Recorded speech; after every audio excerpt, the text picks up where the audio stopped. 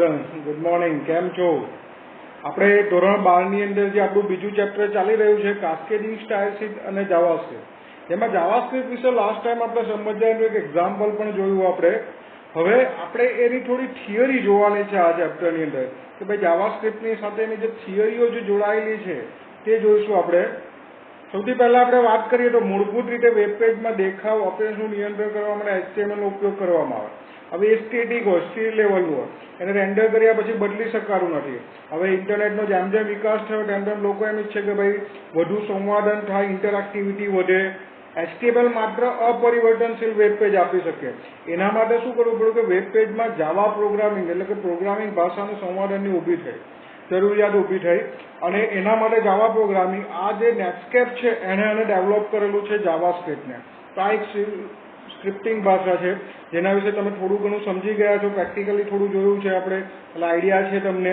હવે એની થોડી થિયરી જોઈશું આપણે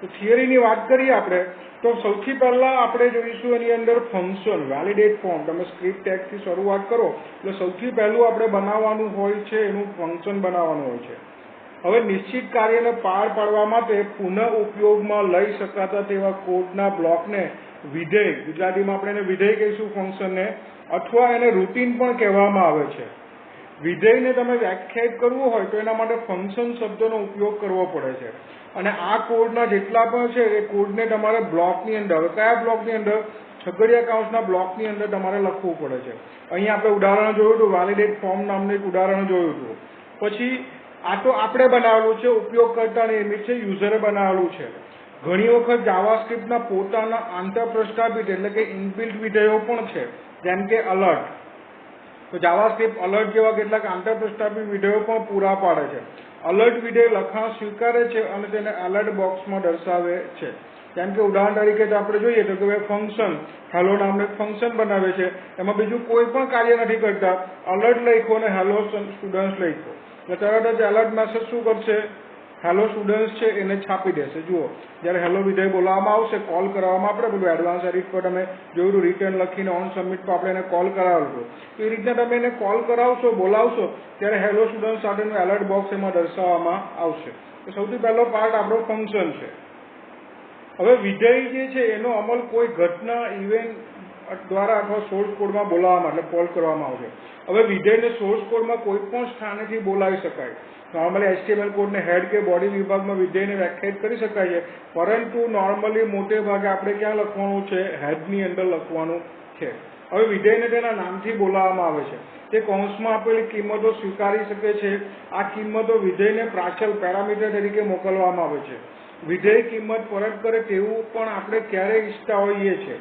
હવે રિટર્ન વિધેયથી આ રિટર્ન વિધાનથી મદદથી આ બધું શક્ય બને છે તો તમે રિટર્ન વિધાનનો ઉપયોગ કરીને વિધેયનો અમલ અટકાવી કોઈ નિશ્ચિત કિંમત પરત કરી શકો છો જેમ કે આપણે વેલિડેટ ફોર્મ જોયું હતું તો આપણા ઉદાહરણમાં વેલિડેટ ફોર્મ વિધેય સબમિટ બટન પર ક્લિક કરવાથી ઉદ્ભવતી ઘટના દ્વારા બોલાવવામાં આવે છે આમ જ્યારે ઉપયોગ કરતા સબમિટ બટન પર ક્લિક કરશે જેને આપણે ઘટના ઇવેન્ટ તરીકે ઓળખવામાં આવે છે ત્યારે વિધેયને બોલાવી તેમાં આવેલા વિધાનોનો અમલ કરવામાં આવશે વિધેય ખોટી કિંમત પરત કરશે ફોલ્સ રિટર્ન કરશે બરાબર છે હવે આમાં આપણે એક વાતની ચર્ચા કરી કે સબમિટ બટન પર ક્લિક કરવાથી ઘટના થશે જેના લીધે પેલું ફંક્શન કોલ કરશે તો આ ઘટના શું છે એના વિશે સમજીશું આપણે બહુ જ ઇમ્પોર્ટન્ટ પોઈન્ટ છે ઘટના તેને બહુ ધ્યાનથી સમજવા જેવી બાબત છે ઉપયોગકર્તા દ્વારા કરવામાં આવતી પ્રક્રિયાનો પ્રતિભાવ આવે તેવા સંવાદિત વેબ પેજની રચના કરવા માટે જાવાસ્ક્રિપ્ટ ઉપયોગી છે હવે ઉપયોગકર્તા અને વેબ પેજ આ વચ્ચે સંવાદન દ્વારા ઘટના ઉત્પન્ન થાય છે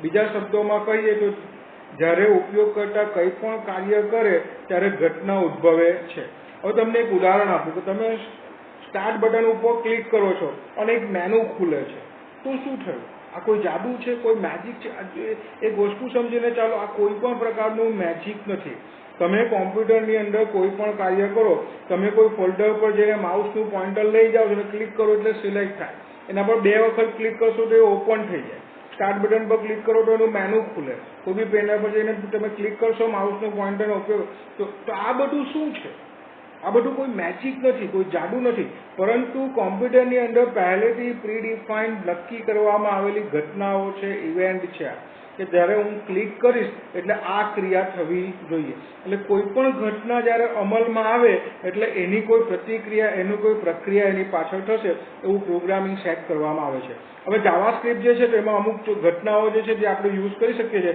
તો એનું એક લિસ્ટ આપેલું છે તે જોઈએ. તો સૌથી પહેલા ઘટના અને એની સમજૂતી જોઈશું આપણે. તો સૌથી પહેલું છે એબોર્ટ. એબોર્ટ એટલે શું? કેન્સલ કરવું, રદ કરવું. ચિત્ર દર્શાવવાનું રદ કરવામાં આવે ત્યારે એટલે એબોર્ટ કરશું, એબોર્ટ ઘટનાનો ઉપયોગ કરશું તો ચિત્ર દર્શાવવાનું જ્યારે કેન્સલ થાય તો કંઈક પ્રક્રિયા થવી જોઈએ.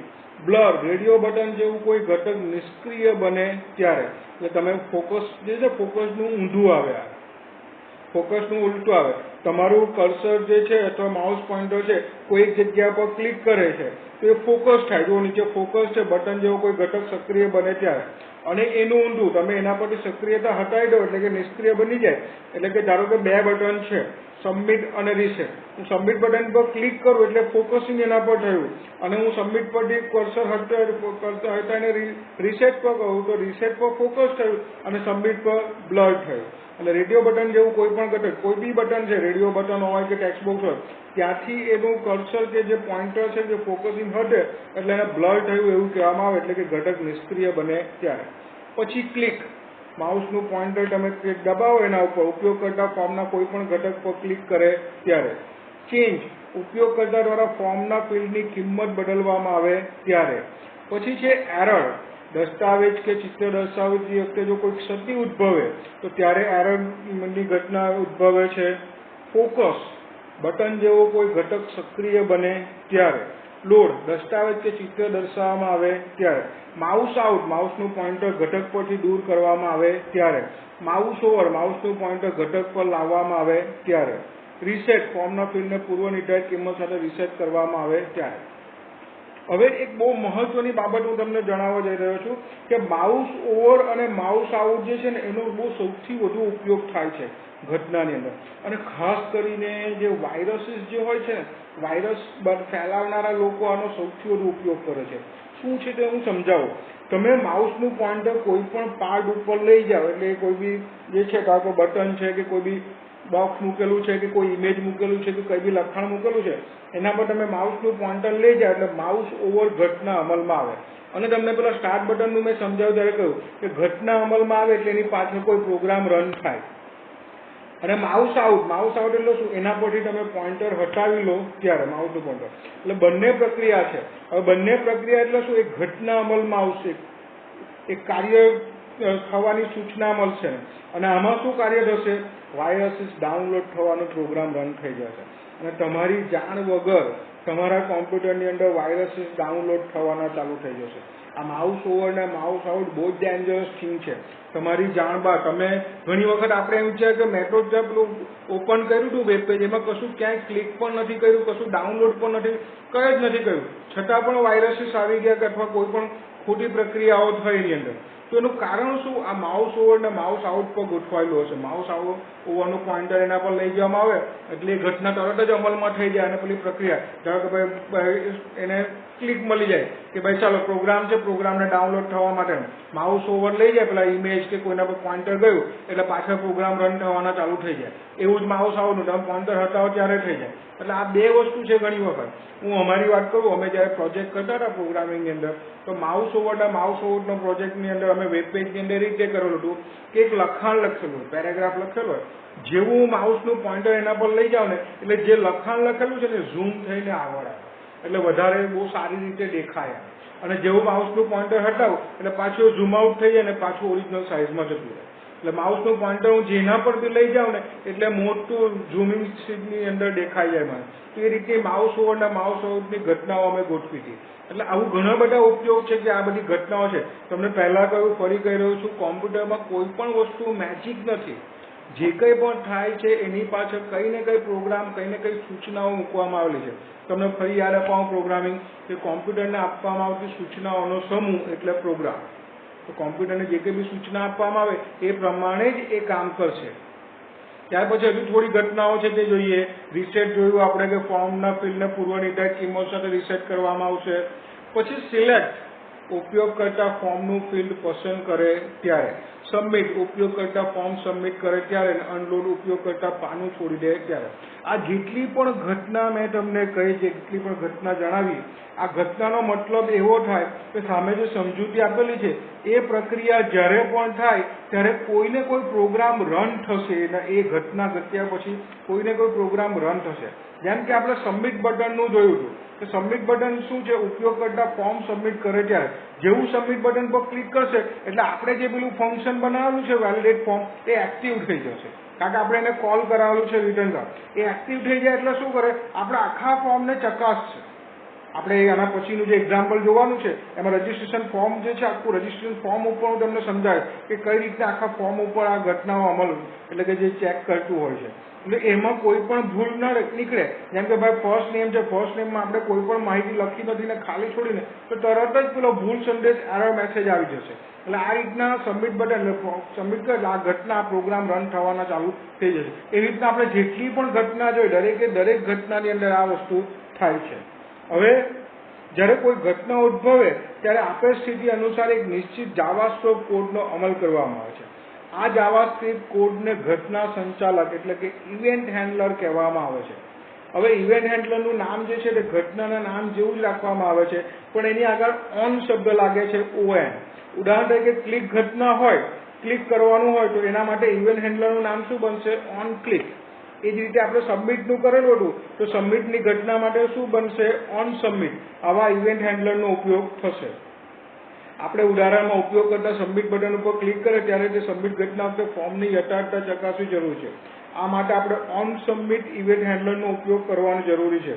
જે આપણે કરેલો હતો તમને યાદ હોય તો આપણે પેલું નેમ નામનું કે વેલિડેટ ફોર્મ છે એ જ્યારે પણ પેલું એડવાન્સ એડિટમાં જઈને કરેલું હતું ત્યારે એની અંદર સામે ઓન સબમિટ લખાયેલું હોય છે, પછી એની સામે વેલ્યુમાં આપણે રિટર્ન અને વેલિડેટ ફોર્મ એવું ફંક્શન આપણે લખતા હતા. એટલે કે નેમના ફિલ્ડમાં કોઈ ખાલી હોય તો એ ટ્રુ કે ફોલ્સ પરત કરશે અને તરત જ એના માટેનો ભૂલ સંદેશ દર્શાવશે.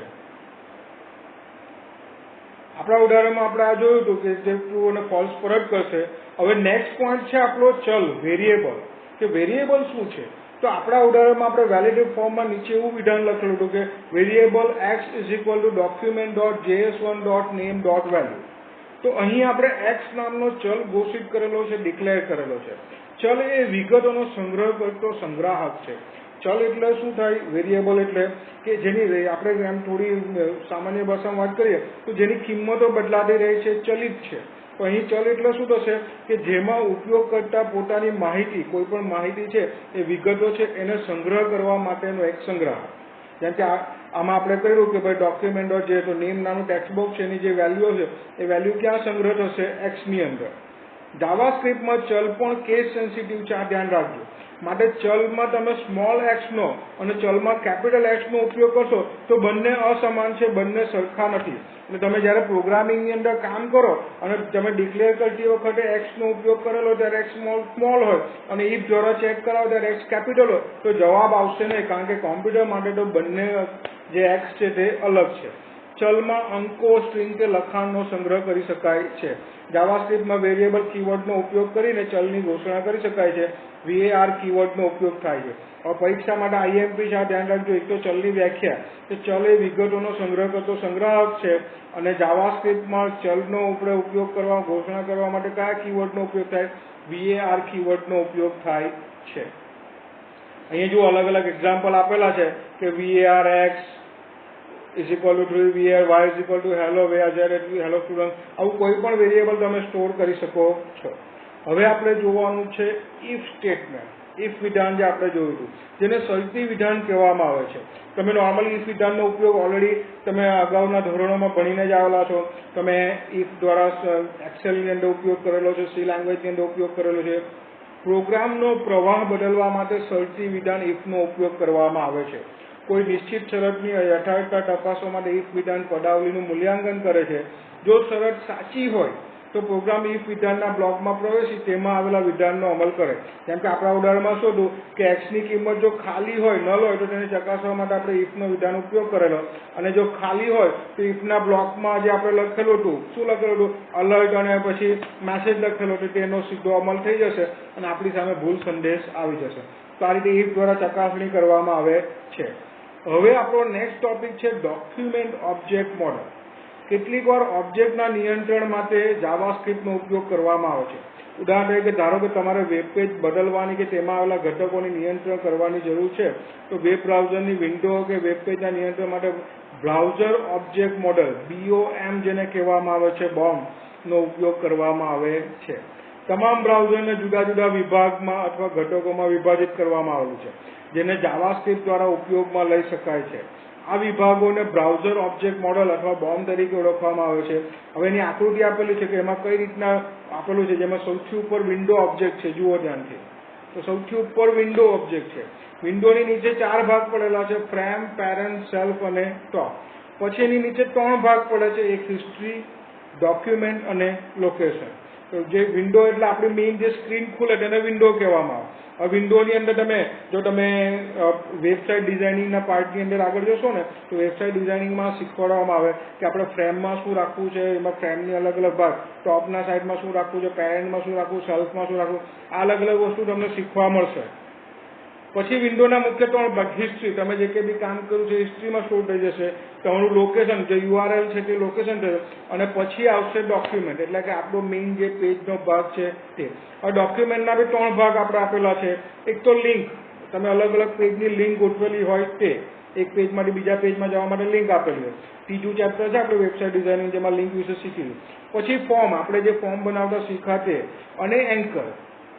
હવે ફોર્મની અંદર વાત કરીએ, ફોર્મની અંદર આપણે કહ્યું કે ભાઈ રેડિયો આવે, પાસવર્ડ આવે, ટેક્સ્ટ એરિયા આવે, રીસેટ આવે, બટન આવે, સિલેક્ટ આવે, ઓપ્શન આવે, ટેક્સ્ટ આવે, ચેકબોક્સ આવે. આ બધા ફોર્મના ઘટકો છે. તો આ રીતના આખું એનું બ્રાઉઝર ઓબ્જેક્ટ મોડેલ તૈયાર થયેલું છે. હવે બ્રાઉઝર ઓબ્જેક્ટ મોડેલની વાત કરીએ તો સૌથી ઉપરના સ્તરે ઓબ્જેક્ટ વિન્ડો છે. વિન્ડો ઓબ્જેક્ટ બ્રાઉઝર વિન્ડો અથવા તેમાં આવેલી સ્વતંત્ર ફ્રેમને રજૂ કરે છે. તેની રચના બ્રાઉઝર દ્વારા આપોઆપ કરવામાં આવે છે. વિન્ડોઝ ઓબ્જેક્ટ વૈશ્વિક ગ્લોબલ ઓબ્જેક્ટ ગણાય છે, કારણ કે તે મોડલના અન્ય તમામ બ્રાઉઝરનો ઓબ્જેક્ટનો તેની અંદર સમાવેશ કરવામાં આવે છે. હવે ઉદાહરણ તરીકે વિન્ડો ઓબ્જેક્ટમાં ડોક્યુમેન્ટ ઓબ્જેક્ટનો સમાવેશ થયેલો છે. વિન્ડો ઓબ્જેક્ટની પદ્ધતિઓ, મેથડ્સ અને ગુણધર્મો કે પ્રોપર્ટીઝ દ્વારા વેબ બ્રાઉઝરની વિન્ડોને નિયંત્રિત કરવામાં આવે છે. જ્યારે ડોક્યુમેન્ટ ઓબ્જેક્ટની પદ્ધતિઓ, મેથડ અને ગુણધર્મો, પ્રોપર્ટીઝ દ્વારા વેબ પેજને નિયંત્રણ કરવામાં આવે છે. આ પરીક્ષામાં પૂછાયેલો પ્રશ્ન છે, યાદ રાખજો. વિન્ડો ઓબ્જેક્ટની પદ્ધતિ અને ગુણધર્મો દ્વારા વેબ બ્રાઉઝરની વિન્ડોને નિયંત્રિત કરવામાં આવે, જ્યારે ડોક્યુમેન્ટ ઓબ્જેક્ટની પદ્ધતિ અને ગુણધર્મો દ્વારા વેબ પેજને નિયંત્રિત કરવામાં આવે છે. આ પ્રશ્ન પૂછાય છે, થોડું ધ્યાનમાં રાખજો. બ્રાઉઝર ઓબ્જેક્ટ મોડલમાં સૌથી અગત્યનો ઓબ્જેક્ટ એટલે ડોક્યુમેન્ટ ઓબ્જેક્ટ છે. બ્રાઉઝરમાં વેબ પેજ રજૂ કરવા માટે તેનો ઉપયોગ કરવામાં આવે છે. વેબ પેજમાં અન્ય તમામ ઘટકો, જેમ કે ફોર્મ, ચિત્રો, લિંક, અન્ય ઘટકો, એ બધા ડોક્યુમેન્ટ ઓબ્જેક્ટની અંદર સમાવવામાં આવ્યા છે. આપણે ઉદાહરણ તરીકે જોઈએ કે ભાઈ ફોર્મ ઘટક દ્વારા રચના કરવામાં આવે તો ફોર્મ ઓબ્જેક્ટ જાવાસ્ક્રિપ્ટ દ્વારા ડોક્યુમેન્ટ ઓબ્જેક્ટની અંદર રજૂ કરવામાં આવે છે. આપણે જોઈએ કે ડોક્યુમેન્ટ ડોટ ફોર્મનું નામ લખીએ, ડોટ પછી એના જે કંઈ બી ઓબ્જેક્ટ છે તેનું નામ લખીએ અને પછી વેલ્યુ અથવા ફોકસ કંઈ પણ કરીએ છીએ. ડોક્યુમેન્ટ ઓબ્જેક્ટમાં ફોર્મ ઓબ્જેક્ટનો સમાવેશ કરવામાં આવ્યો છે, તેવી જ રીતે ફોર્મ ઓબ્જેક્ટમાં એલિમેન્ટ ઓબ્જેક્ટનો સમાવેશ કરવામાં આવેલો છે. ફોર્મના દરેક ઘટકનો સંદર્ભ મેળવવા એલિમેન્ટ ઓબ્જેક્ટનો ઉપયોગ કરવામાં આવે છે. હવે એલિમેન્ટ ઓબ્જેક્ટ કે radio button, text box, checkbox કે અન્ય કોઈ પણ હોઈ શકે. જેમ કે આપણે જોઈએ ડોક્યુમેન્ટ ડોટ ફોર્મ, જે આપણે ફોર્મનું નામ છે, ધારો કે ફોર્મ 1, તો ફોર્મ 1 ડોટ પછી ધારો કે ભાઈ આપણે ટેક્સ્ટ બોક્સ છે નેમનું, તો ભાઈ ડોટ નેમ, ડોટ વેલ્યુ. આપણે આવું જોયું હતું પ્રોગ્રામિંગની અંદર આવે એ રીતના આખું લખવામાં આવશે. ત્યાર પછી જે છે, જે મીન એના પછી જે બચેલો આપણો ભાગ છે એ છે ફોકસ પદ્ધતિ, ફોકસ મેથડ. સ્ક્રિપ્ટમાં ફોકસ નામનો પદ્ધતિનો ઉપયોગ કરવામાં આવે છે. એ શાના માટે હોય છે કે તમે રિટર્ન જે કરો છો, આપણે જે એલર્ટ મેસેજ બોક્સ જે આવે છે, હવે તેના પર તમે ઓકે પર ક્લિક કરશો એટલે તમારું કરશે જ્યાં ભૂલ સંદેશો જેના મળે ત્યાં જતું રહેવું જોઈએ, એટલે કે ત્યાં ફોકસિંગ થઈ જવું જોઈએ. તો એના માટે ઉપયોગ થાય છે કે ફોર્મના નિશ્ચિત ઘટક પર નિયંત્રણ લઈ જવા માટે તેનો ઉપયોગ કરવામાં આવે છે. આમ ઉપયોગ કરતા અલર્ટ સંદેશ મળે પછી ફોકસ પદ્ધતિની મદદથી ઘટક અંદર કર્સર ગોઠવવામાં આવે છે. તે નિશ્ચિત ઘટક પ્રકાશિત બને છે. અહીંયા આપણે નિયમ ઉપર લઈ ગયા હતા, તમને યાદ હોય તો આજના દિવસ પૂરતું આપણે આજે જાવાસ્ક્રિપ્ટની થિયરી જોઈ, જેની અંદર ખૂબ જ મહત્વના બાબતો જોયા, જેમાં સૌથી પહેલું વિધેય જોયું, ફંક્શન, પછી આપણે ઇવેન્ટ જોઈ, ઘટનાઓ, બધી ઘટનાઓ બહુ જ ઇમ્પોર્ટન્ટ છે. એ ઘટનાઓનું ટેબલમાંથી ઘણી વખત મોસ્ટલી દર વખતે પરીક્ષામાં પ્રશ્નો પૂછાય છે, એટલે એ પણ ધ્યાનમાં રાખવા જેવા છે. પછી વેરિયેબલ્સ જોયું આપણે, ત્યાર પછી વેરિયેબલ પછી આપણે ઇફ સ્ટેટમેન્ટ જોયું, પછી આપણે બ્રાઉઝર ઓબ્જેક્ટ મોડેલ જોયું. આ બધી જ બાબતો અને છેલ્લે ફોકસ પદ્ધતિ, આ બધી જ બાબતો ખૂબ જ મહત્વની અને ખૂબ જ ઇમ્પોર્ટન્ટ છે. થિયરિકલ આપણે એમસીક્યુની અંદર પ્રશ્નો પૂછાતા હોય તેમાં કયા કયા ઇમ્પોર્ટન્સ છે એ પણ મેં તમને સમજાવ્યા છે, અને એવા તો ઘણા બધા પ્રશ્નો એની અંદરથી બની શકતા હોય છે. એટલે આ બધી જ બાબતો થિયરિકલ પણ આપણે ધ્યાન રાખવાની જરૂર છે. તો આજના દિવસ પૂરતું આટલું. નેક્સ્ટ લેક્ચરમાં ફરી એક એક્ઝામ્પલ જોઈશું આપણે. હું હિમાંશુ ચૌહાણ આપ સૌનો ખૂબ ખૂબ આભાર માનું છું. Thank you for watching me. Have a nice day. તમારો દિવસ શુભ રહે. હંમેશા ખુશ અને સુરક્ષિત રહો. હરિઓમ.